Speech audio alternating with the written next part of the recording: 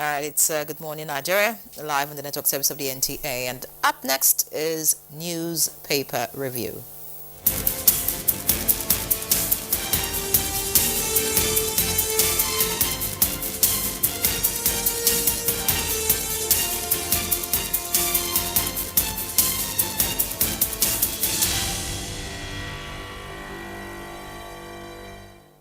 All right, and the newspaper review is set.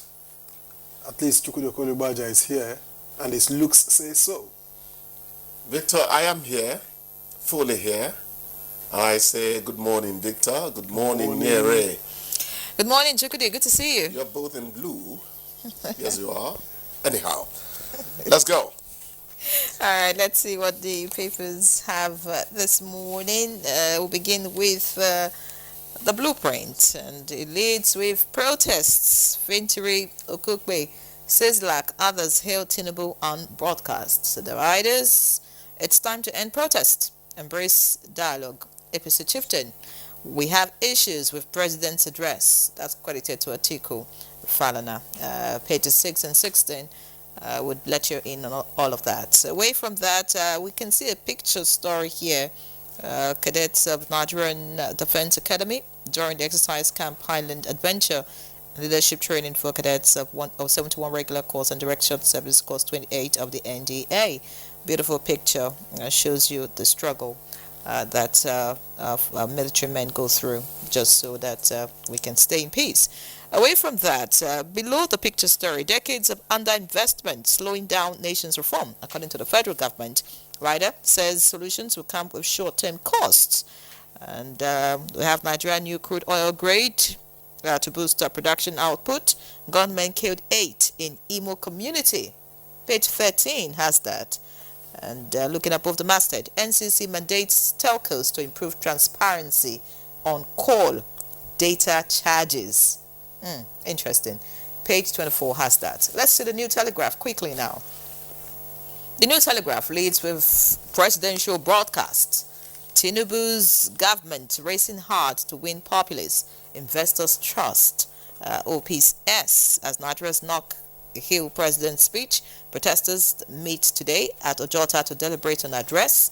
Speech diversionary, failed to address people's grievances. Atiku, Momo, PDP, others. Shoyinka faults president's silence on police crackdown on protesters. Tinubu hasn't disappointed Nigerians, according to Okukwe. Protesters observe Sunday service on the road in Benin, Oshogbo, Jos. Kano, Jigawa, Yobe, relaxed curfew. All of that on pages 2, 3, 4, 5, 6, 26, 29, and 30 of the New Telegraph. Above the lead story, we have here Tinubu Abbas hailed the Tigress for qualifying for Olympics quarter-final. Of course, congratulations to the team. Pages 5 and 31 has that.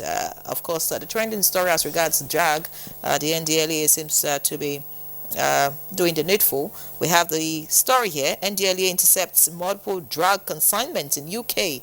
US-bound baby food stains clothes.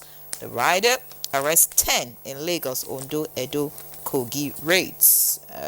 Interesting. And of course, update from the UK is also right here. Page 4 has that. Organized thuggery. UK's Prime Minister Starmer vows to punish anti-immigration protesters. All right, let's just take one or two more. We have below the picture story, palliatives can solve Nigeria's present problems, and that's according to Farouk. And JAMB issues 1-month ultimatum to tertiary institutions to disclose illegal admissions. Victor. All right, and the front page of the leadership, it leads with protesters to Tinubu, your speech failed to address our demands. That story is on page 4. Say protest continues as CSOs urge dialogue. Don't truncate our democracy, Kachiku warns. Sanwo-Olu hails Lagosians for rejecting anarchy. Why protest is peaceful in Niger Delta? That's according to ex-agitators. And above that story, 7 federal lawmakers who died in 9 years. You get details of that on page 4. And also above that, 120 reps reject calls for Kyari's removal. You can get details of that on page 7. Interesting. And above the masthead, IBB disowns X account endorsing military rule. Page 7. Northerners architects of own problems. That's according to Shehu Sani. That's also on page 7. And one of these tiny looking stories here, FCCPC warns WhatsApp over data privacy violations. That story can be found on page 2. And then you get a picture story of the protest in Jos. Protesters blocking the old airport roundabout in Jos only yesterday. Solving Nigeria's challenges requires collective efforts. That's according to Kumuyi, page 14. POS takes over cash dispensing services, page 25. CBN raises import duty rate to 1,618.73 naira to a dollar. That's page 25. And finally, D Tigers make it to Olympics quarterfinals. You get it on page 31. Chooks the boy. Congratulations to the Tigress. I want to think if the male counterparts are called the Tigers. Yeah, they should be the Tigresses as well. Why would English, come short of? Anyway, that's not very important. State of the nation, very important. The address yesterday by President Bola Tinubu met the expectation of many people, the yearning, the call, the near demand really by many people that he should, make a broadcast. So that came yesterday. The issue is whether the speech went as far as some people expected. As the protesters are saying, some are saying they are going to continue because not even one of their demands was met. Some people are hailing the Vinturi, Okukwe, and the rest of them are saying that this is okay, the broadcast.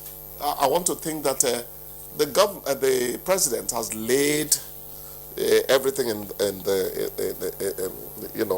the table of the protesters. I am ready for dialogue. I always would say here, the president is a dialogue maker, chief negotiator.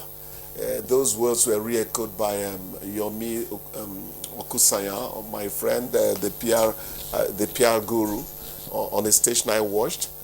He called the president a master negotiator. So he is ready for dialogue. He said that in the broadcast. The question now is, what is going to be the format for dialoguing with government? Are the protesters going to yield, present leaders who want to be that visible to talk with government? Are some of them going to get pussyfooted about it, thinking this may be a ploy to get them arrested and all that? Somebody said the other time that there's seeming mistrust between government and the people now, and that it will need a lot of, work to return the kind of confidence that happened immediately the administration got in place. All these things are natural.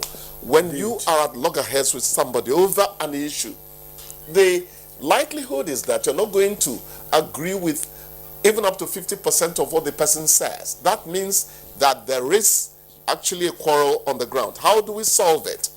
I would go for, can the protesters yield leaders who would say, the president has done this, let's see it as some kind of concession. Let's not be so insistent on some of the demands must be met.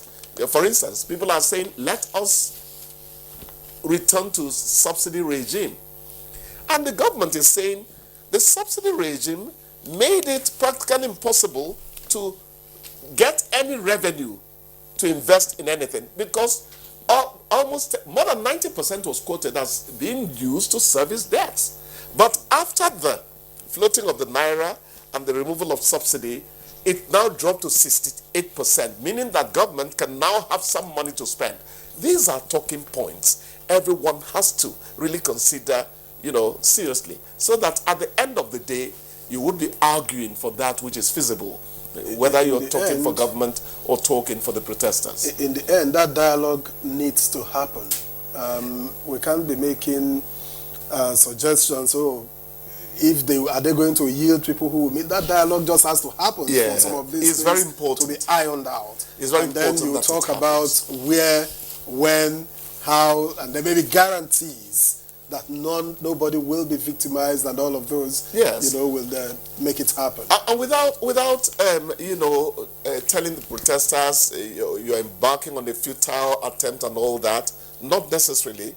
I want to observe that public opinion will start being against them, going against them from today, Monday. I saw the number of cars that came out today. That is an indication that people want to return to their normal lives. So, unpopularity is something that the protesters need to consider for this thing to, in whatever demands they are making. It's very important they do that. All right, let's see how things turn out today. The day is still very young, like they say. So let's see if the protesters have listened to the president. But there's this issue in the papers that, I think that it's important that the institutions involved do the needful. Is this issue on JAMB issues tertiary institutions 1-month ultimatum to disclose illegal admissions. This is a big issue, for a lot of young people who are in different institutions. You get to see people who go through the 4 walls of a university for 4 years. You graduate, you think you have graduated, and then the school tells you, well, your admission was fake or something like that. So I think this is what JAMB is trying to address here. So in case there are issues, you get it sorted out, and it's important that for students in different institutions, you can verify now that you're actually a student, so that it doesn't look like, your parents to go through it toil for a number of years and then eventually find out that you were not properly admitted, like they say at the end of the day. So everything is sitting everything is sitting on the terse platform of ignorance is not an excuse in law. You have to, just as you said, you have to ensure that you are not taking the back gate to get admitted. Because there were requirements. But again, the back gate is being manned by officials in the university. That's how they get in the first place. Because you go to school, you write your exams, they collect your papers, you see your results. Do you understand? So you wonder, how does this happen? There's a reason they say you shouldn't use the back gate. We're saying the same thing. The parent that goes to write an exam for his son or daughter could actually be aided by people within the school. So culpability is a two-dimensional thing. And any of the parties that are found to be culpable in an arrangement such as the one we're portraying has to face the law. Yes, facing the law. And of course, this NCC mandates telcos to improve transparency on call data charges. Have you experienced that? Like maybe data that would normally expire after a month, you reach out now and then 2 weeks is done. You're wondering what's going on with the charges and the rates. 2 weeks is done. How do you know? Like, in the past, telcos would tell you, well, if you reach out a certain, data, whatever, it would, serve you for like, say, 2 weeks or a month. But these days, you find out that you don't understand how you're being charged. And so NCC is asking for transparency on call and data charges. Let's not mention any particular GSM telephony. Otherwise, I told my children that one telephony, their data seems to last longer than that of the other major, counterpart. Anyway, I think that's... Let's not name names. So there may be a grain of truth. We'll keep scrutinizing, right? Yes. And here is when we thank you for coming today. Okay. About time. And hope that we see you tomorrow. By His grace, I will be here tomorrow. All right. This is Good Morning Nigeria on the network service of the NTA. We'll get into the discussion proper just after this break.